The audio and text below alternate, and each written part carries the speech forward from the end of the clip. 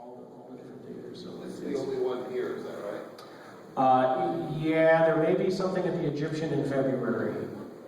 Yeah, and we have a theater in San Francisco playing it coming up, and many other places. So it's really got quite a. It's the first time there's been a coordinated theatrical release for Ultraman movies in America in over 50 years. You know, so. But I happen to be friends with Corey Orr, who was the voice of Trixie in Speed Racer, but she also did voices in the original United Artists English dub of Ultraman, the 1966 show, and maybe at some point I'll have her come and do a voice. Yeah, it's very different. What we're doing is we're doing contemporary type dubs, but in the 60s, it didn't seem believable at that time that Japanese people would be speaking with normal American voices. So they gave them this kind of artificial Japanese accent. So when you watch the original Ultraman television show from the 60s, you'll hear, they go, Hayata! Oh, there's a monster coming, Hayata! I see it! Oh, yes, Fuji! Look out! That type of thing. Of course, we didn't do that on our versions because it's 2017 now, so we don't have to do that. But that Corrine Orr was doing that. I said, we don't have to do that anymore, right? So, another question. Anybody else have any questions? Yes, another one for you. Yeah, how long on average would you say it takes to finish dubbing one movie? How long does it take for me to dub a movie? Okay, well, the quick answer to that is 4 to 6 weeks. Okay? I will get a pidgin English script from Emily Nelson. Now that script, that's the literal translation of the Japanese. That's the one that's used for the subtitling. So when you watch the subtitles, that's what you're getting.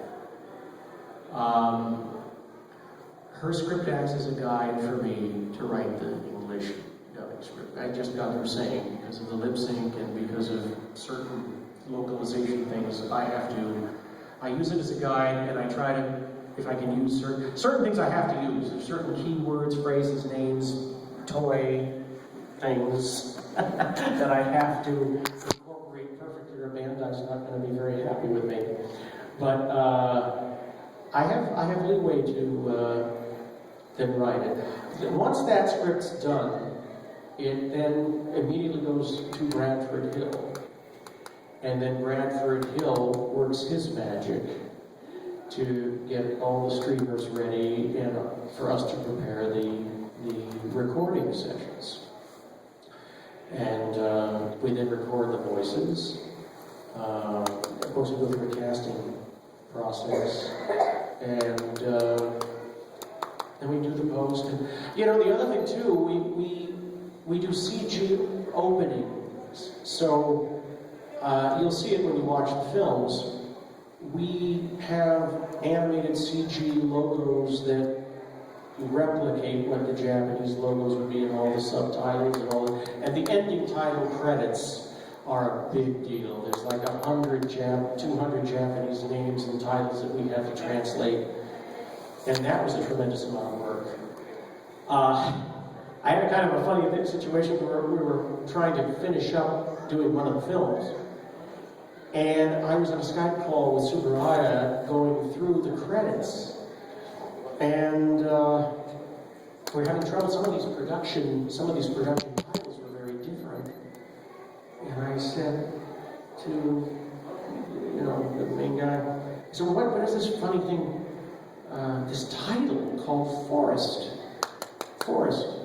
I said, we don't have anything called, we got assistant director, let's have Forest. And he was reading it, Jeremy said, it's a Forest. I said, Forest? Foley? He said, yeah. Oh, okay. That's what it is. It was Foley. So the guy who was doing the Foley, that was his. And then he came up with, then we were looking at another title for something, and he said, he was saying, how's it out? I said, what the hell is that? He just couldn't figure out what it was. But then we ultimately did. So that was always a issue with the ending titles to get everybody credited properly. The way the credits go, of course, all the Japanese ending credits are laid, and then our English credits are at the end. We weave in and out of the tracks, believe it or not, because there's certain characters can be credited to two people. Because, for example, sometimes there will be in a background noise, you know, this type of thing. That sometimes will be the Japanese original track. But when that character begins to talk, it'll be our American voice, who's Ultraman or Zero or whatever. In other cases, it's a blend. It's a blend. We do that sometimes with the fights. When there's, you know, people are getting into a big fist fight, there's a lot of stuff going back and forth. We'll weave in and out. And you don't know what we're doing, but you can't tell. It sounds like the same person. It's magic. So, there's some other questions here. Anybody else have another Ultraman question? Yes? Are you given access to the audio tracks, each of them, or is it just the ones about the We have everything. Oh, wow. Remember, we have an English subtitled version, so we have to have everything. The subtitled version is like the Japanese movie. And then for our English version, we have to have the separated materials. And we made trailers and everything else. So, I'm really proud of what we did because, like I said, in America, actors go two places to have careers. You go to Hollywood to be in film and television, you go to New York to be in theater and Broadway. And my dubs have always been Hollywood English language dubs, using Hollywood talent, like guys from Disney and whatnot. And that, I think, makes a difference as opposed to, you know, if you're using a talent pool someplace else. That's just my opinion, you know. And I think that, you know, that's how I've been doing it for 30 years. You know, aiming for the widest audience possible, you know. But in Japan, you know, the three biggest sci-fi fantasy film brands or franchises in Japan are Godzilla, Power Rangers, and Ultraman. And that's pretty much it. Those are the three key main deals. And Hayao Saban handles all the Power Ranger material, and Warner Brothers is doing the Disney stuff, the Godzilla material. And Wakefield Productions is working with Super Rhino on the Ultraman material. So, at any rate, I know we're going to be playing the films shortly. Yeah, okay, all right. We also do a lot of anime as well. As I said, I've done a tremendous amount of classic anime. I've worked with almost all the classic Japanese cartoon studios over the years, and syndicated shows, and you know, Shout Factory has released about 9 of some of my past anime films. Guy King, Vanguard Ace, and Starzinger, and you know, those are still available on DVD, and yeah, like that. So, if there's no other questions, I think oh, there are some more questions. Okay. Are you going to be doing the Ultraman order? I'm not supposed to talk about it. Why would you ask that question? No, I'm going to be doing a lot of things, and that's a real possibility. Ultraman Orb has had very high ratings. Surprisingly, that was even higher ratings than Ultraman X. It's been very successful.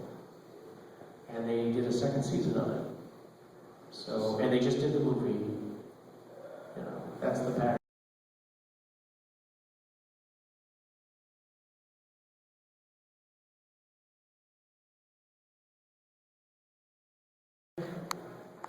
Oh, there's so many.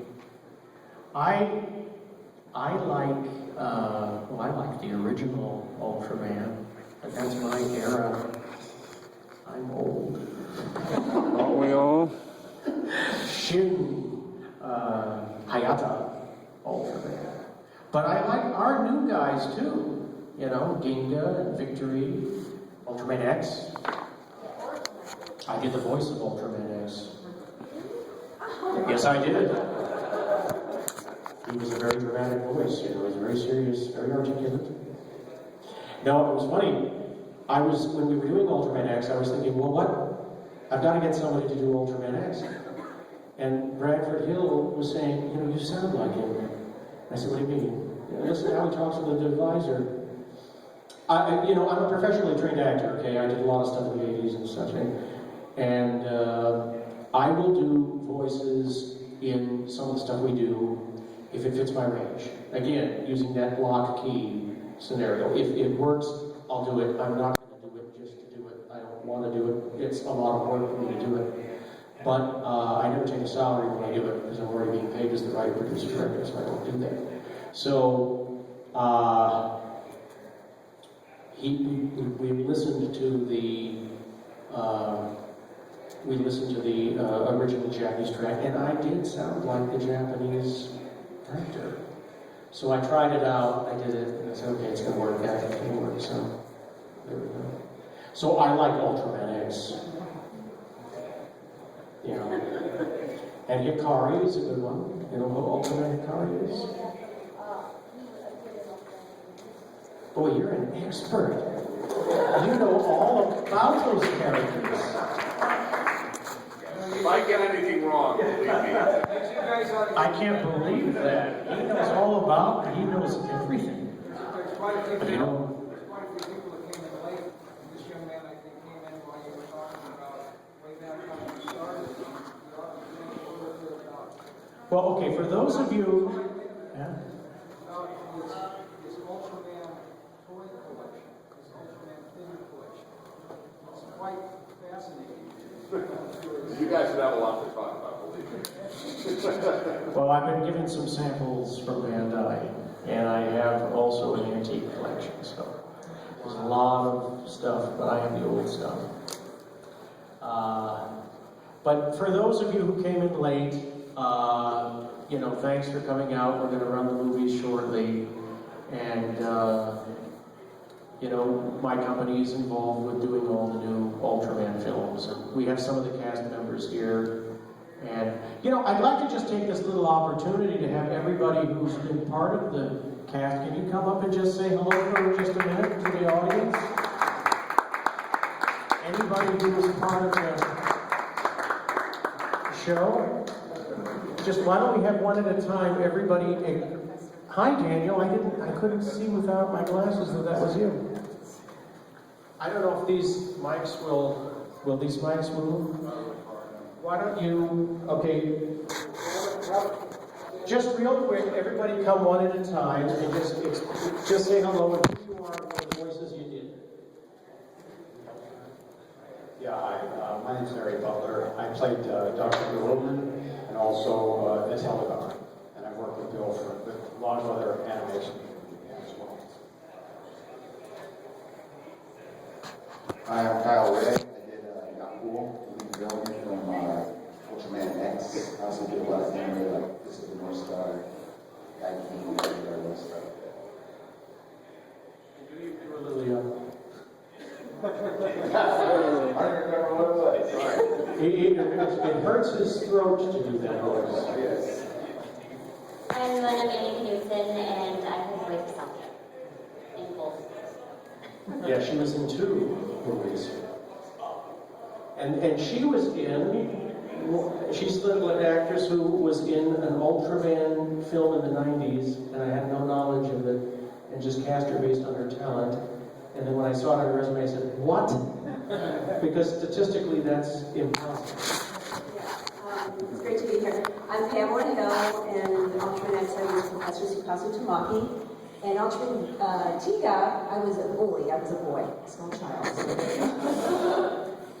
Okay, here we go. My name is Justin Andrews, and I was in Ultraman X. I was Carlos Kurosaki. Boy, and you're gonna have fun seeing him because he kind of steals that movie. He's so funny. He's hilarious. Oh, and this guy's a brilliant actor. Hi, my name is Josh Madsen. In Ultraman X, I play Mamoru, one of the scientists, and it's actually the first voiceover job I've done in the film, and it was a blast. So, Great, and you talk about the key and lock thing. His voice fit the character. It was uncanny. It was like 100% perfect. Hey, how are you? I'm John Katona, and I was Goki and Wataru. All right, and here comes Ultraman Zero. To you know who Ultraman Zero is? He's famous, isn't he? He's taller than Ultraman X. Hi, Bill stole my line. I'm Daniel Van Thomas, and in both films I played Ultraman Zero. Thanks for coming out. All right, and Bradford Hill is my editor, recording engineer, but he's also an actor, and occasionally I'll let him play some parts, and he played the voice of. Well, in Giga, I was done Ultraman Dynamite, right? And then I'll be Hayato in Ultraman X. That's right. I know. Okay, so now I think it's close to movie time, so why don't let's try to get this table out of here, and we'll start the show. Some lights.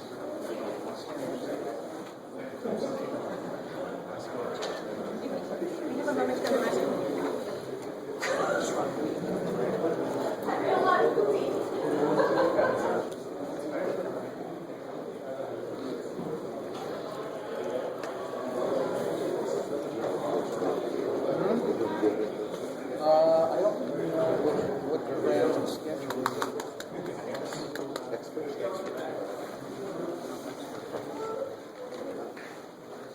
What's the chronology of